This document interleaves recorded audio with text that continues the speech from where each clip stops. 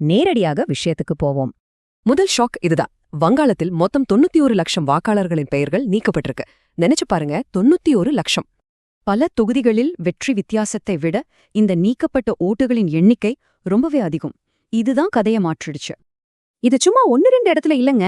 மாநிலத்தோட மிக முக்கியமான 49 தொகுதிகள்ல அப்படியே நடந்திருக்கு. இதில் ஆச்சரியம் என்னன்னா, அந்த 49 தொகுதிகளில் 26 இடங்களை பிஜேபி நேரடியாக கைப்பற்றியிருக்கு. அந்த 26இல் 25 இடங்கள் 2021ல திரிணாமுல் காங்கிரஸோட அசைக்க முடியாத கோட்டைகளாக இருந்தவை. திட்டமிட்ட வாக்காளர் நீக்கம், அதாவது எஸ்ஐஆர், இது தேர்தல் முடிவுகளை எந்த அளவு தலைகீழா மாத்திருக்குன்னு இந்த டேட்டா அப்பட்டமா காட்டுது. ஆனால் திரிணாமுல் சர்க்கிளுக்கு இது மட்டுமே காரணமா? இல்ல, டேட்டால ஒரு எதிர்பாராத ட்விஸ்ட் இருக்கு. இஸ்லாமியர்கள் அதிகம் உள்ள தொகுதிகள்ல வாக்குப்பதிவு அதிகரிச்சிருக்கு. ஆனால் திரிணாமுல் காங்கிரஸோட ஓட்டு வங்கி கடுமையா சரிஞ்சிருக்கு.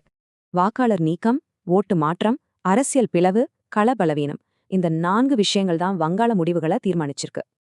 இந்த 4 காரணிகள் கொண்ட ஃபார்முலா இந்தியாவின் எதிர்கால தேர்தல்களை எப்படி மாற்றியமைக்கப் போகுது யோசிச்சு பாருங்க.